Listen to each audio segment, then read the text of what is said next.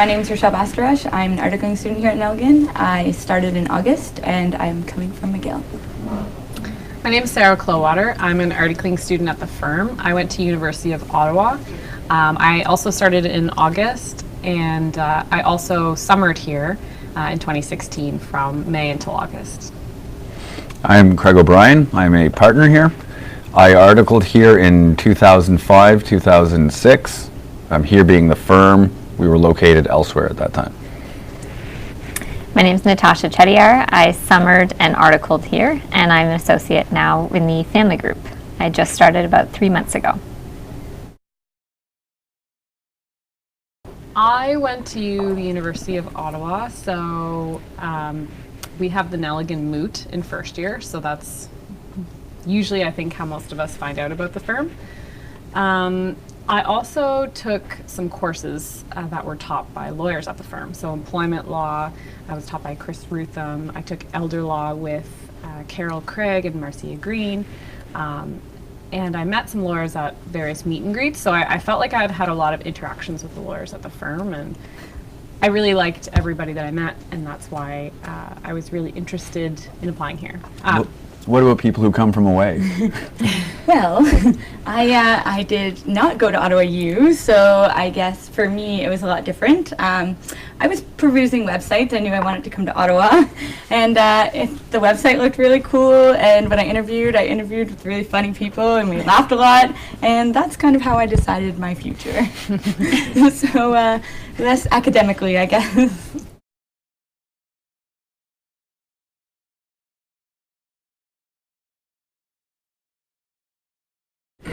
Well, I just got back from the CCLA litigation conference, which was absolutely phenomenal.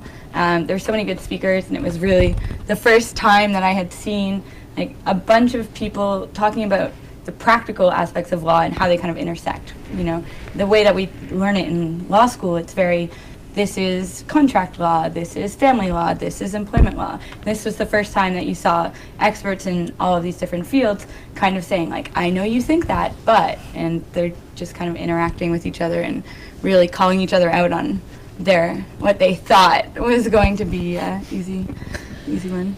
I think the highlights for me are whenever I get to go with lawyers to court, to hearings, motions, things like that. Because we have a lot of really great litigators at the firm, and it's really fun to see them in action. And as a student, you just sort of think, like, I really hope I can be like that someday. I hope I can get there. But it's really fun to see everything in action, like you were saying. Was it what you expected going in? Experience? I think that you can have expectations, but you'll never really know what it's going to be like until you're in the situation. I think for me, I couldn't really understand how big the learning curve is going to be in this career until you get started and you realize, I don't know how to do anything. And you can't really know how steep that curve is really going to be until you're in it. Yeah, you're just like, oh yeah, I took family law, this is going to be great. And then they're like, forget everything you know. That is no longer applicable in a way, you know, and it's just kind of figuring out, okay, I need to draft something. Oh, I've drafted something in law school, but it's very much a different ballpark. And I always found the learning curve was such that you graduate from law school and you know what needs to be done, but not how to do it. Yeah. The actual procedural end of things and the normal course of how do you hire an expert? Who do you get in touch with? How do you interact with the other side? What do we really mean by keeping a file progressing?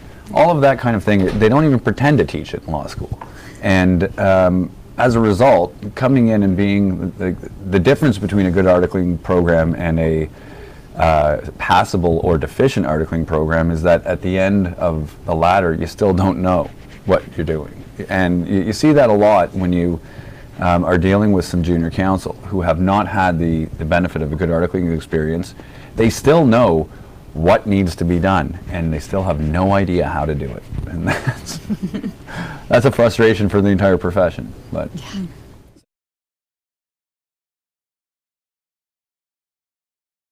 I think that is one of the best parts about being an articling student is that there's just so much support built into your whole experience. So we have directors of research who manage the student workflow and help us out a lot with our workloads. And we also each have a mentor assigned to us individually who is also our articling principal. And we do have a librarian who helps us a lot with research questions. We have tons of resources, and Rachelle and I were actually talking about this, how at this firm there actually is an open door policy for real, because we generate a lot of our support from especially a lot of junior lawyers who are just super generous with their time. So we just, a lot of it is going into other people's offices and asking questions, and they make sense of everything for you. So and just to add to that, I think one of the best parts for us is, so Natasha obviously articled last year, and there's a few lawyers that had just articled, so they know exactly what you're going through. And so you've got this file, and you don't really know what the steps are. And usually, like, a lawyer will tell you the file number and say, come meet with me tomorrow. And you go, okay. So you go look at the file, and you're just looking at it going, I have no idea what I'm doing. So you'll go look at Natasha and be like, help me, like, I don't know what's going on. You're like, okay, you haven't met with the lawyer yet, but you just kind of want to get a sense of sort of what you need to know before you go in to meet with the lawyer. But everyone seems to be really good about, like, keeping their door open, and everyone from Natasha to Craig, like, all the way up, like, everyone, I guess, I'd say, has an open door people policy. are actually really approachable, which is really lucky for us. A really great transition into being an associate is that stays, that open door policy, because, I mean, as an associate, you've done what you need to do to cross the line, but there's still so much missing in your understanding of how everything pieces together. And I feel so lucky that there are experts in insurance here when an insurance issue comes up in family law. I mean, that's incredible. It's that's such an advantage. And these advantages just don't go away. I mean, as an articling student, it's amazing. I always appreciated that as well, that open door policy, and and really happy to hear it doesn't go. when it is like that, and you do have so many resources, because we do everything. We do, the labor, the litigation. You have people who do real estate. Like, I've walked down to the real estate department, knocked on the door, on Jake's door, and been like, hi, I don't know what I'm doing. Like, this is part of one of the research memos that I have. Like, and he'll be like, yeah, actually, I just looked at that, here you go. And if you're at a firm that specializes, you don't get that opportunity to go see what everyone else is doing. I think actually that's probably especially applicable to family. Because in family, you have a real estate issue, you have a wills issue, you have You have a commercial issue. Commercial, you have to make arguments about piercing the corporate veil. All of a sudden, maybe you have an estates problem, so you need to transition into civil rules instead of family rules, and you have an entire civil litigation unit. So, or pensions, you have an employment group. So, especially with the practice areas that we do have, there's a lot of crossover. Absolutely. So that's helpful.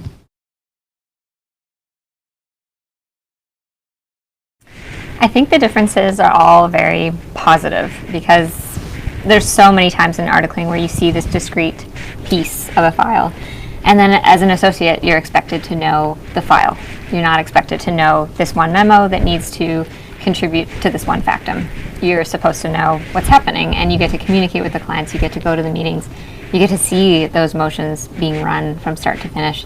And when those motions get adjourned, you know that you're going to go to the motion when it comes back. You're not, this isn't this time-limited experience, which is really, really great and very gratifying. And I thought this as a summer student. The moment we came in the door, they treated us like articling students, like through the halls and the kitchen.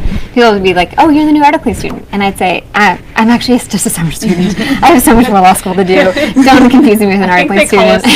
Summer articling students is actually the title. And I realized after a few people making that mistake that just is this place, that it's not a mistake. It's people trusting you. It's people knowing that they have a solid hiring process, that they have a solid mentoring process, that they can look at you and know that you will work hard and you'll work with them. And that just keeps going into associatehood. They don't look at you like you know nothing when they maybe should. But they are willing to trust you and work with you and help you, and it's really special. Well, I have a caveat question to ask on that one. We have a rotation system here, as you're all aware, and I know, Natasha, you went through this, and I can say after the fact that it was obvious to us that you knew what area you wanted to end up practicing in. And yet, in spite of that, you go through rotations that are in areas that are not your top interest, and you did a great job. This is not where the question's going. How did you stomach it? But do you see any value in being required to go through the rotation system, even though you are, from graduating law school, knowing the area you want to end up in? Absolutely. I won't say that it wasn't painful sometimes to write memos about insurance law crossing over different provinces. That's fascinating, by the way, as an insurance lawyer, partly. Anyway, okay. But through the pain of that, I think there are a few different advantages. You get to know everyone in the firm, where I think that now that I'm just hanging out in the family group, I can often feel like I'm in this family firm, and it's so great to just walk around and remember that, oh, there are all these faces and connections that you made throughout articling, and people really invest in you, even though everyone knew that I wanted to do family. People didn't treat me as though I'm a write-off when I'm in the litigation group. And those skills are just, they're absolutely transferable. I'm so happy that I got to do that work. And also, when I would talk to people who were at boutique firms, I would think, oh, isn't it really great that you're just focusing on this one thing? But I never, not once, received the response of like, oh yeah, absolutely, I'm so happy to be focusing on one thing. They all said without fail, well, I kind of wish I was at a full service firm so I was tasting a little bit more variety. I'm worried that I'm pigeonholing myself. I'm worried that my skills won't be as developed. So that is such a great thing about this place. Plus, you can come into the firm, speaking from personal experience, thinking you won't like something and you really like something. So I think that that's the value add too, because I think whether or not you like a course in school does not determine necessarily if you're going to really love practice in that area, because like you were saying earlier, they really are two different things. And yeah, so I you can like a class in law school because you had a really great professor. That could determine your interest in that area. So I think it's different when you actually come in, you get to get a taste of what that really looks like. And you might discover that you like something you didn't think you would. Absolutely.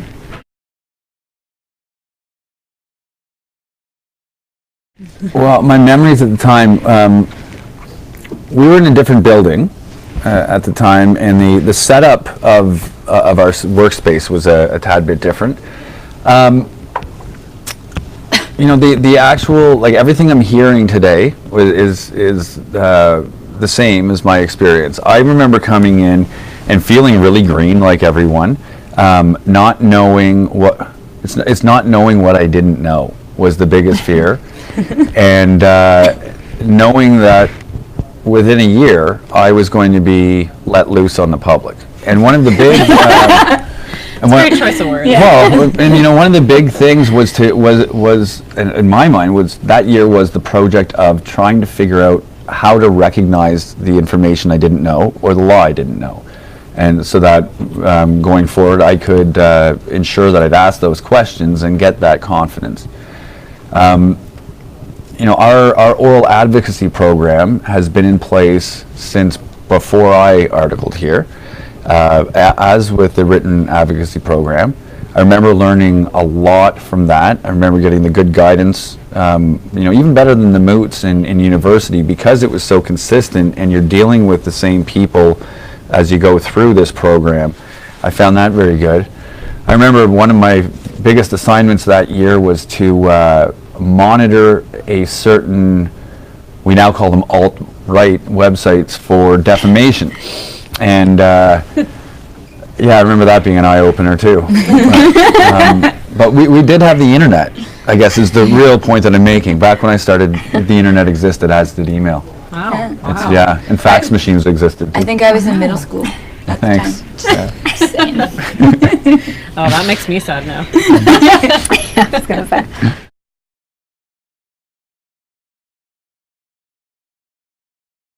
I do have something I didn't touch on actually that I meant to say earlier, but when I was researching firms, personally, it was really important to me that the firm have a good representation of women. And so that was kind of a big deal for me, is that I wanted to make sure that it would be a good culture for a female lawyer to succeed in, because you do hear that not all firms have a good culture around that. So that was a big thing for me, and I am getting here. That completely holds up. We have 4 new partners starting in January, and 3 of the 4 are women. So I think that just speaks volumes. That's just the proof, and that's a really big deal for me. So I think that's a big sell, as well as everything else we said. Oh. I don't. Whoop. I'm good. We're good? We're good. Well, I mean, as a partner here, like I knew from a young age that I wanted to be a lawyer, and ideally would be working here. This place has a fantastic reputation in Ottawa, and there's a number of things. First, like, it was always has had a team mentality, and the articling program, as everyone knows, is one that we all need to take to get a license.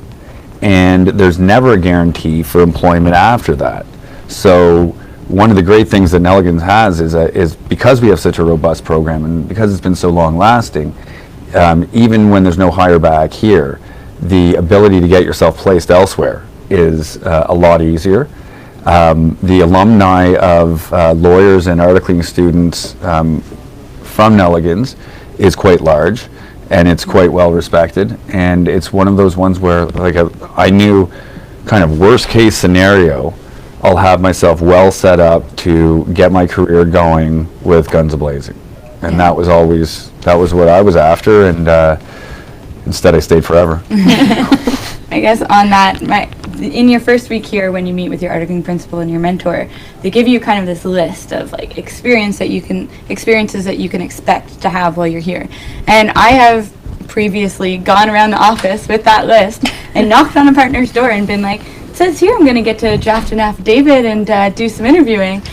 What does that look like? And they set up a meeting for me to go meet with them like 2 days later, and I was on the phone the next week, like, doing that. So that's one of those things I don't think you'd be able to do elsewhere.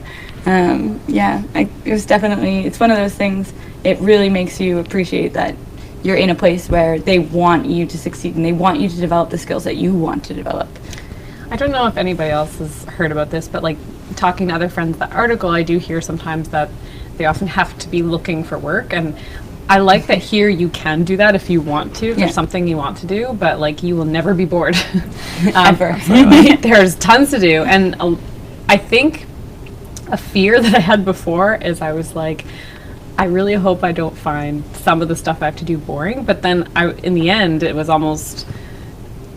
I almost made more problems for myself because I was in a full service firm getting to do all these things, but I thought they were all really interesting. So that kind of threw me off. I thought that I would have more of a reaction, but I think that there's just so much work, and there's so much good work and interesting work, that you're just never going to have the problem of like being bored or not having enough to do. You're going to get so many experiences. You also don't get sent on like some people were telling me, I go to do court runs like 8-9 times a day. It's like, okay, well, I did one in the last 3 weeks, and I was kind of like, oh man, it's cold out. Or like photocopying, endless photocopying. Yes. So going back to our resources, we have a copy center. People that do that kind of thing, and you really get to focus on hard legal stuff that you're trying to wrap your mind around. Absolutely. I think apply to Nelligan's if you want to be nurtured. There are courses throughout the articling program. They don't just sit you down and expect you to churn out memos for the next 10 months. They set up an oral advocacy program. There are programs within the firm that lawyers, partners, students alike attend to get CPD credits, and you get to learn from the best lawyers in Ottawa. It's kind of incredible. Yeah. I think that that's really special, and apply if you're like I was in second year, just yearning to be entrusted a little bit with everything you're learning, but also be guided, and apply if you want to be a good lawyer. I guess my one thing that I would say, not coming from Ottawa, I didn't have the benefit that everyone else did of knowing all of these firms. I just knew that I wanted to be in Ottawa. And I guess what I did, and I'm really happy I did, was I really paid attention to the people who interviewed me, and like I looked to see, you know, do they look miserable? Do they look happy? Are they funny? Because you're going to be spending the next like 10 months with them, and a lot of time, and it's like it's those things that kind of matter, and those are the people giving you work. Like you want to make sure that they're not miserable, so that they're giving you really fun stuff. And I can say like with the like it's definitely been one of those things where I'm really liking the work I'm getting. So. Yeah, there are a lot of laughs. Yeah. It's really good. People talk about articling as this awful thing that you need to do to become a lawyer, but it's more of a journey, I guess, that for us, we're like, okay, this isn't so bad. And then once in a while, you're like, oh, yep, this is bad. And then you go see David, and you say, David, this is awful. I hate everything. And he goes, okay, what do you have on your plate? How can I fix it? And things go away. It's wonderful. And then it's manageable again. Yeah.